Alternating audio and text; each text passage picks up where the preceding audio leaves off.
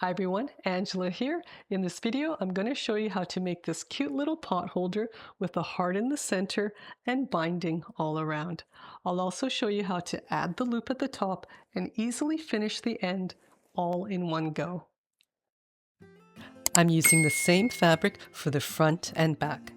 I'm cutting all my square pieces 8.5 inches, but you can make your pot holder any size. Cut one plain piece for the facing, and then cut one piece in the color for the heart. For the inner layers, you can use 2 pieces of 100% cotton batting, but I'm just going to use one. For the other layer, I'm using a piece of Insulbright, which is a heat-reflective batting. For the binding, I'm cutting a 2¼ inch strip across the width of the fabric. Trim away the selvages and open up the strip. With wrong sides together, fold in half, matching the edges, and press along the entire length. Open up again and fold in the outer edges to the center, leaving an 1/8 inch gap between them.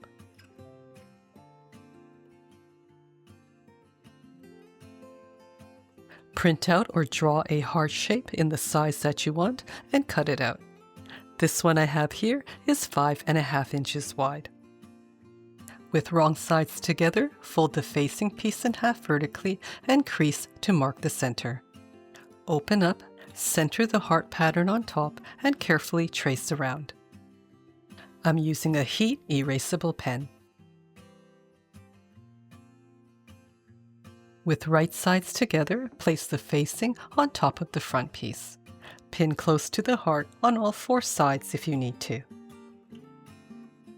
I'm using the Juki TL-2010Q sewing machine. The link for this and the tools I use are down in the description below. If you're in Australia or New Zealand, click the link for Echidna Sewing and Juki Junkies for North America. Stitch along the heart shape, pivoting at the corners. If you have trouble sewing curves, sew a couple of stitches at a time. Stop with the needle down, lift the presser foot, and pivot the fabric to follow the curve. There's no need to do any back stitching, just overlap about 1/2 inch to finish the stitch line. Once done, remove the pins. I'm using my favorite Kai 6-inch embroidery scissors to cut the inner seam. Carefully trim down to a 1/4 inch seam allowance around the inside of the heart. From about the midpoint on each side, we need to cut notches close together along the seam across the top of the heart. Cut the notches about 1/8 inch apart as close as possible to the stitch line, being careful not to cut the stitches. Cut across the point and trim on each side. You can also use pinking shears to cut close to the stitch line. Along the bottom, just cut the notches about every 1/2 inch and right into the bottom point. At the top, carefully push out the point to the right side using a point turner or a knitting needle. Turn over and pull the facing through the center opening so that the wrong sides are together. Match the outer edges and adjust the seam. Cutting all those notches close together allows the seam allowance to spread out evenly and smoothly so that the seam lies flat without puckering. Press the seam flat on both sides, making sure the facing isn't showing on the right side. Place the back piece with the print in the correct direction, then flip it wrong side up. Stack the batting on top, then the Insulbright, the color for the heart, and then the front piece with the cutout on top. Pull at each side of the top piece to match the edges, then clip the layers together all around. Also pin at the center top and sides of the heart. I'm now switching to a 1.5mm or 1/16 inch left compensating foot. There's a small groove on the left side to butt the edge of the fabric against. There's also 2 separate feet that are spring-loaded to work with different thicknesses.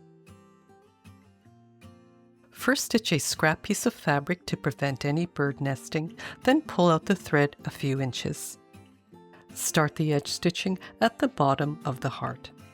Lower the needle below the point with the edge of the fabric against the left side of the presser foot.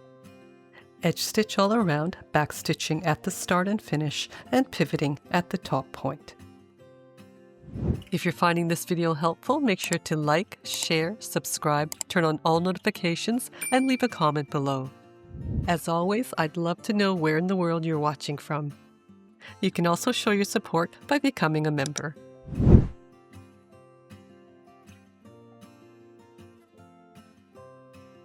To keep all the layers together, stitch all around 1/4 inch from the edge. If you turn over to the back, you'll probably notice that the layers have shifted a bit. Place a ruler just to the right of the stitching and carefully trim all sides. We'll begin attaching the binding at this corner, starting on the back. With right sides together, open up the binding and place it on top, aligning the top and side edges. Place it under the presser foot and pull the binding taut. Instead of stitching right in the crease, stitch just to the right of it. Stitch down, keeping the binding pulled taut, and pivot at the next corner. This seam allowance measures 1/2 inch across. From this bottom edge, measure up the same amount, 1/2 inch. This is the point where you stop with the needle down, pivot, and stitch to the corner. Don't cut the thread, just pull out a couple of inches so you can turn the piece around. With the binding opened up flat, fold it up right against the diagonal stitching in the corner. The sides should be in a straight line with a 45-degree angle from the corner. The other edge of the binding should also be parallel with the side. Place your fingernail at the top edge of the fabric and fold the binding straight down, matching the edges on the side. This top fold should be straight across and even with the fabric. Again, there's no need to cut the thread, just start stitching again from the very edge, and you don't need to backstitch. Repeat these steps for the next 2 corners and then stop when you're about halfway down the last side. Fold over the start of the binding so that it just covers the stitch line, and then place the other end of the binding on top. Continue stitching to the edge of the potholder and backstitch.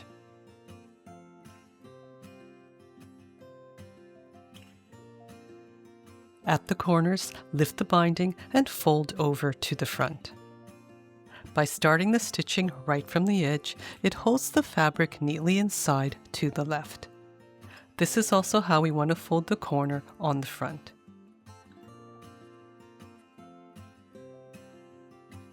For the hanging loop, fold the binding, measure across 4.5 inches from the edge of the potholder and cut.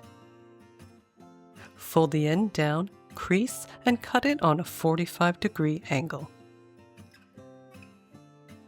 Fold the binding over to the front, just covering the stitch line, and clip in place. Pull the binding taut and fold right against the edge so it's nice and flat on the other side. Flatten the corner at the top and fold down the other side.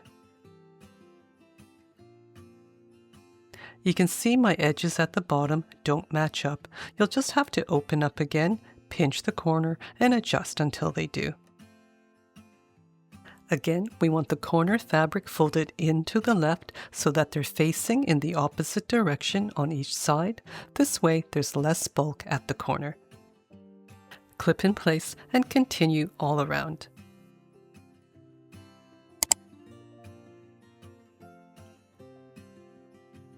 At the top, match the folded edges of the binding together and clip in place.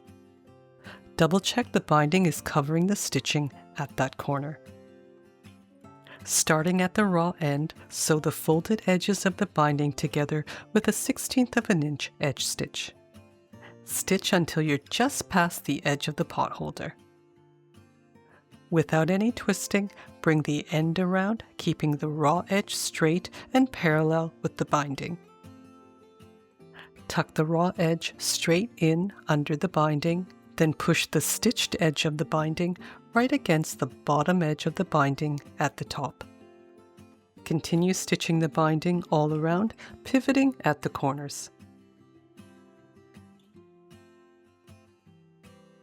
When you're back at the corner, flatten the loop and stitch on top. Backstitch at this folded edge to reinforce the loop, and then backstitch where all the stitching meets. So it looks neater, don't stitch across the binding at the top. Flip the loop in and it's ready for use or to give as a thoughtful handmade gift. Be sure to check out some of my other tutorials. Thanks again for watching, take care, and happy sewing!